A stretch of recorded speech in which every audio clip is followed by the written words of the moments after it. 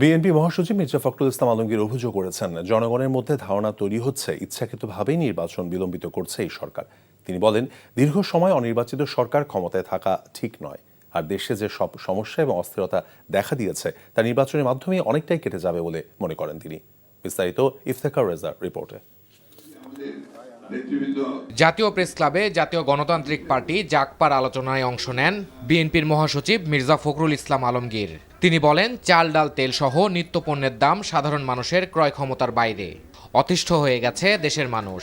ইচ্ছাকৃতভাবে অন্তর্বর্তীকালীন সরকার নির্বাচন বিলম্বিত করছে বলেও অভিযোগ করেন তিনি। কেন জানি না মানুষের একটা ধারণা তৈরি হচ্ছে, আমার না কিন্তু ধারণা তৈরি হচ্ছে যে এই সরকার ইচ্ছাকৃতভাবে নির্বাচন প্রক্রিয়াকে বিলম্বিত করছে। দীর্ঘকাল অনির্বাচিত সরকারের হাতে ক্ষমতা থাকা উচিত নয়।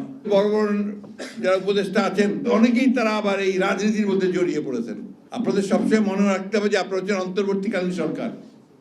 আপনাদের মূল দায়িত্ব হচ্ছে সংস্কার করতে চান, সংস্কার করবেন, সেই সঙ্গে একটা নির্বাচন করবেন যে নির্বাচনটা সকলের কাছে গ্রহণযোগ্য হবে। এটাই হচ্ছে এক প্রধান কাজ।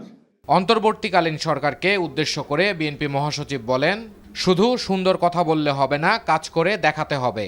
আমরা একটা কথা খুব পরিষ্কার বুঝি যে শুধু শুধু সুন্দর সুন্দর কথা বললেই কাজ হবে না, কাজ করে দেখাতে হবে। সংস্কার তো সবাই চায়, স্বস্তি চায়, বাজারে স্বস্তি চায়, নিরাপত্তা চায়।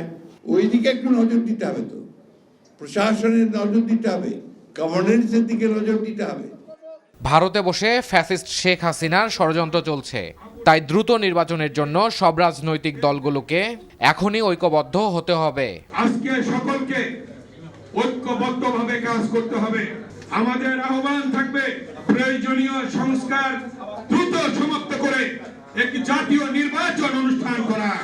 দ্রুত নির্বাচন দিলে সব ষড়যন্ত্র ব্যর্থ হতে পারে বলে মনে করেন বিএনপি চেয়ারপারসনের এই উপদেষ্টা। Iftekhar Reza, NTV news, Dhaka.